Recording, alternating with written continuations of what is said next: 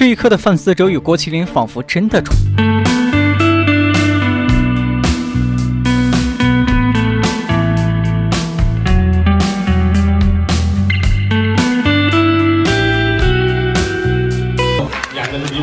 当时心情吧，庆余年中的范思哲最大的梦想就是得到父亲的认可，为此他做出了不少努力。直到去往北齐的这一刻，父亲才终于推开门，给予了儿子肯定。这一刻，郭麒麟哭的究竟是范思哲，还是现实中的自己呢？其实范思哲在剧中的经历，又何尝不是郭麒麟的真实写照？在他4岁那年，郭德纲与前妻胡中慧离婚，胡中慧丢下孩子，独自一人出国打拼事业，而郭德纲也为了梦想跑去北京创办了德云社，将年幼的郭麒麟放在老家，跟着爷爷奶奶生活。自此之后，郭麒麟便一直没有见过妈妈，就连爸爸也是很久才能见到一次。后来郭德纲终于有了些名气，他将郭麒麟接到身边照顾，但却并没有弥补这些年来自己在父亲一角上的缺失，反而对郭麒麟实施起了打压式教育。这么大的孩子，把他所有的自尊全部打掉，他就明白了，是因为我把他欺负够了，远比他出去之后让外人欺负他，我心里好受。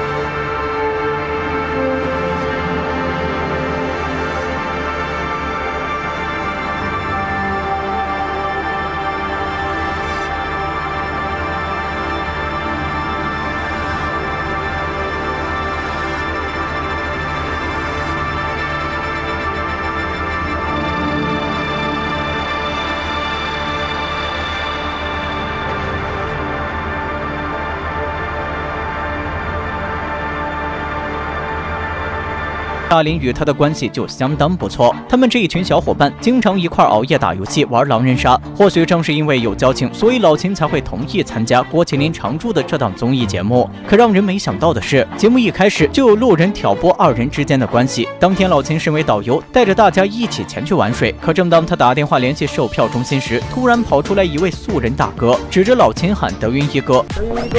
德云一哥，对，不是我的，俩人吧，说的是。他说老秦是德云一哥，这贴脸太大，昨天跟你还有点交流呢。跟我争德云一哥门儿都没有。